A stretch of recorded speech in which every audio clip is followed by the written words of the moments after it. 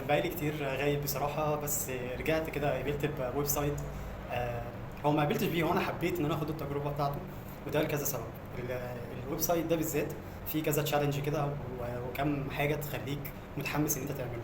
اول حاجة ان هو اصلا يعني الكلاينت جاي ويب سايت شوبيفاي، معمول شوبيفاي وشغال اوريدي في امريكا، وعايز يعمل كلوننج ليه او عايز يغيره لويب سايت ووردبريس. تمام. في الاول يعني ده اول سبب خلاني ادخل التحدي ده، لان هو بالنسبه لي تحدي، لان الويب سايت صعب جدا، وهقول لكم ليه برضه قدام شويه. ف وافقت علشان هو بصراحه انا بكره شوبيفاي، ما بشجعهاش، ما بحبش حد يشتغل بيها، لان فعلا هي بلاتفورم فيها كميه فلوس من لا شيء. يعني هو الناس بتدفع فيها فلوس كتير قوي، رغم ان كل الفيتشرز او كل الحاجات اللي هم بيستخدموها متاحه مجانا في ووردبريس. فده موضوع تاني نتكلم فيه في فيديو تاني بعدين يعني. فده اول سبب. تاني سبب ان العميل ده على اب وورك، وانا اب وورك بالنسبه لي مصدر شغل محترم جدا، وطبعا يعني بيبقى احسن، او الشغل فيه بيبقى الطف واحسن بكتير من الشغل مع الناس العاديه بقى بره اب وورك. يعني ان انت تشتغل بقى مع حد في كفريلانسر وتلاقي فيه مشاكل وحوارات وبتاع، فالشغل على اب وورك فيه التزام، والعميل فيه عارف هو عايز يعمل ايه، فبتلاقي الدنيا سهله وسلسه جدا بينك وبينه. الشغل واضح، الديدلاين بتاعه واضح، التسليم مفيش اي فيه حوارات، فلوسك مضمونه وامان، وعارف ان انت تستلمها في الاخر. فده سبب تاني. تالت سبب فكره ان هو في شغل كتير قوي. الويب سايت فيه شغل، كميه شغل رهيبه يعني. ليه في شغل كتير؟ لان هو بيتعمل كلوننج ده يعني انت بتطلع نسخه طبق الاصل من الويب سايت اللي موجود. فالويب سايت اللي موجود اوريدي ده برايم حاجه، برايم شوز تقريبا، مش فاكر. المهم يعني ان هو اونلاين ستور يعتبر، او ستور عموما اللي شغال في امريكا، ومتخصصين في الكوتشيهات وكده. والكوتشات في امريكا طبعا الموضوع مختلف، يعني انت بتلاقي الكوتش فيه مليون شكل تاني، فيه مليون ديزاين، فيه مليون لون. الموضوع بيبقى على سكيل كبير قوي. فالشغل في الويب سايت انا عارف ان هو كان هيكون فيه حاجات كتير قوي تتعمل. طيب احنا دلوقتي بتواجهنا مشكله. المشكله هي ان احنا علشان نعمل كلوننج لاي ويب سايت، في عندك لو هو ووردبريس وهتشتغل فيه جزء وو كوميرس عشان فيه متجر وكده، فهيبقى عندك التحدي الكبير ان انت مش بتطلع شكل. يعني انت مش بتطلع شكل طبق الاصل من الويب سايت الاصلي فخلاص على كده، لا، انت بتطلع ويب سايت في شكل وفي دايناميك اكشنز، يعني في تحركات وفي اكشنز بتتعمل جوه الويب سايت نفسه. فانت مش هينفع يعني في تول اصلا بتطلع لك عادي، في مليون تول بتطلع لك الويب سايت زي ما هو، يعني انت تدي الويب سايت الاساسي يطلع لك نسخه منه طبق الاصل بالظبط. بس هتيجي هنا مشكله الاكشنز، ان انت علشان مثلا تخلي فيه الزرار بتاع اد تو كارت مثلا، ده موضوع ده مش هينفع ان انت تعمله بالطريقه دي. علشان تخلي المنتج لما تدوس عليه يوديك على صفحه تانية معينه، لما تدوس على اد تو كارت او تزود الكميه بتاعت المنتج فتسمع.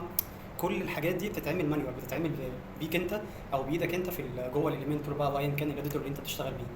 تمام.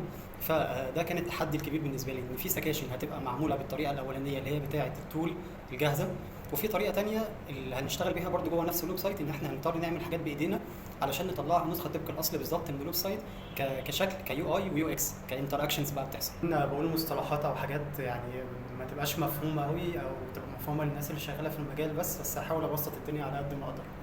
فاحنا دلوقتي مثلا في سيكشن زي مثلا في ده فعلا سيناريو حقيقي في الويب سايت الاساسي، ان هو في سيكشن مثلا هو عارض فيه المنتجات كلها اللي عنده، وكل منتج تحتيه صف كده، صف جواه الاشكال المتاحه من المنتج ده. كل شكل بتدوس عليه بيفتح لك، بيبدل الصوره الاساسيه بتاعه المنتج بالصوره بتاعه الشكل ده، بحيث ان العميل يشوف الشكل ده بصوره اكبر، فتبقى الدنيا بالنسبه له اسهل. طبعا هوريكم الكلام ده علشان تقدروا تفهموا انا بتكلم عن ايه. فالجزء ده مثلا انت ما ينفعش تاخده وتعمله كلوننج، يعني ما ينفعش تاخده زي ما هو من الويب سايت الاساسي، لان الداتا مش نفس الداتا. يعني انت الداتا بتاعت المنتجات اللي هناك مش هي اللي عندك اصلا، وفي نفس الوقت الانتراكشنز مش هتتم زي ما بتتم في الويب سايت الاساسي. يعني انت علشان تاخد السكشن ده بالطول اللي بنتكلم عليها هيجيبه لك كشكل بس يو اي، لكن عشان يكون في يو اكس، علشان تقدر ان انت لما العميل مثلا يدوس على الشكل ده فيبدل الصوره بتاعت المنتج، دي حاجه انت لازم تعملها يدوي، ما ينفعش تعملها كلوننج ابدا. فبنيجي دلوقتي نعمل ايه؟ نقوم داخلين على اليمنتور، عاملين سيكشن محترم، تقعد بقى انت تركز على كل التفاصيل بالظبط، ان هو المنتجات لما بنيجي نعرضها بنعرضها بالشكل الفلاني، وتضيف لكل منتج الفاريشنز بتاعته او الاشكال المتاحه منه بمعنى صح، وتحط الاشكال دي بشكل لطيف تحت المنتج نفسه، فتظهر للعميل بنفس الشكل اللي بيشوفه في الويب سايت الاساسي. وعيش بقى انت، هو بقى هات التول الفلانيه والبلجن الفلانيه علشان تطلع لك الشكل الفلاني. بعد كده تلاقي البلجن دي مش فري، فتضطر تدور على نسخه فري او تعمل انت كود مخصص، وده اللي انا عملته للاسف في الاخر. عشان كده الموضوع بقول فيه شغل كتير. ان انا علشان اخلي فيه الجزء بتاع الاشكال او الفاريشنز اللي تحت المنتج دي، عملت طبعا كود PHP علشان يظهرها بالشكل ده، وعلشان لما العميل يدوس عليها تفتح له، تبدل الصوره بتاعت الشكل ده بالصوره الاساسيه بتاعت المنتج فيظهر بشكل اوضح. كل الحاجات دي مثلا تتعمل مانيوال طبعا على بلجن او على اليمنتور بشكل عام يعني كتول. في عندنا جزء تاني بقى بتاع ايه، في سيكشن تاني مثلا ده برضو ما ينفعش تعمل له كلوننج في الويب سايت. السيكشن اللي بتكلم عليه ده ان هو جايب منتج واحد عرضه بالعرض الكامل بتاع الشاشه، ومتقسم 3 اجزاء في السكرين. الجزء اللي على اليمين خالص الجزء بتاع اضافه الكميه بتاعه المنتج، والجزء بتاع الاد تو كارت اللي هو بيضيف المنتج للكارت بتاعتك لما بتيجي تشتريه، واسم المنتج طبعا والسعر بتاعه.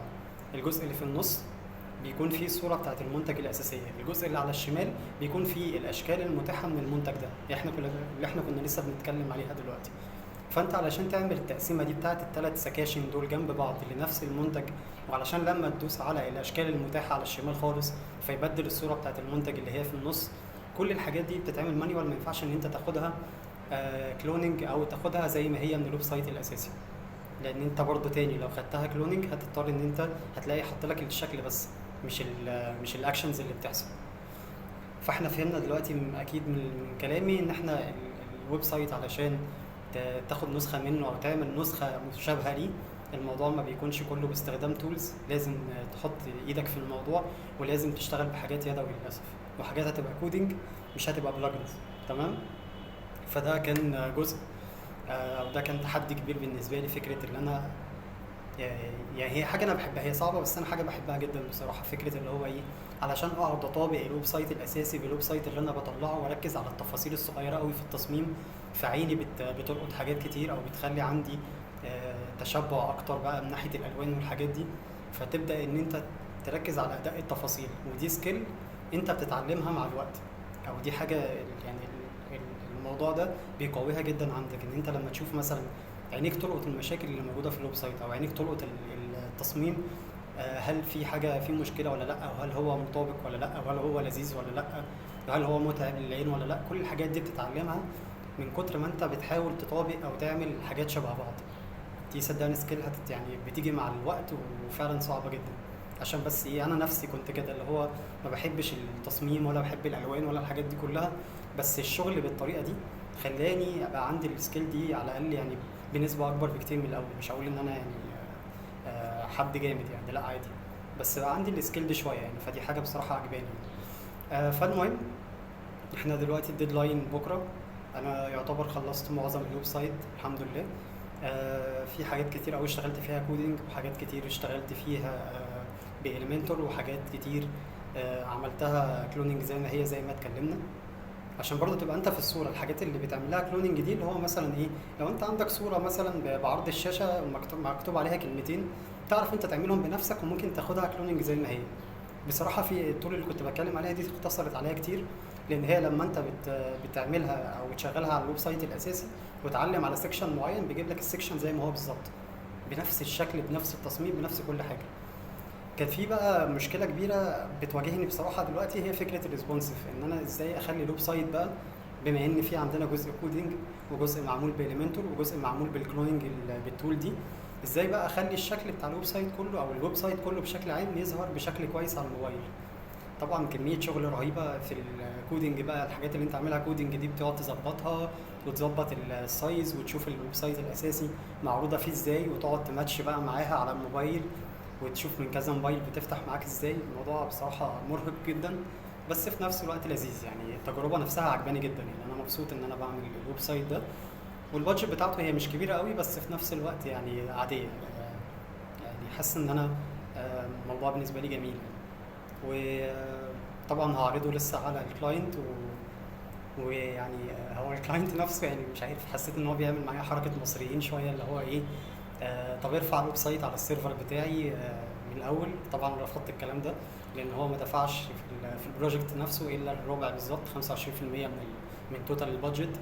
فانا لو رفعت الويب سايت على السيرفر بتاعه انا كده بلح، ممكن عادي في اي وقت يقوم قافل الجوب نفسها واتسوح انا وخلاص والويب سايت ضاع مني. اي نعم انا مش بسلم ويب سايت سالك كده على طول يعني، فيش حاجات طبعا تريكات بعملها علشان الشغل ما يضيعش عليا، بس في نفس الوقت برضو يعني الواحد لازم يأمن نفسه، يعني ايا كان مين اللي قدامك ده، ايا كان هو مصري او اجنبي، لازم تأمن نفسك خصوصا لو انت على اب وورك، وده كنت هتكلم عليه في فيديو تاني علشان النقطة دي مهمة جدا يعني. فهعرض على الويب سايت، على الكلاينت الويب سايت، واقول لكم طبعا الفيدباك ايه، واوريكم طبعا الويب سايت كله في النهاية عامل ازاي، وان شاء الله تطلع حاجة كويسة.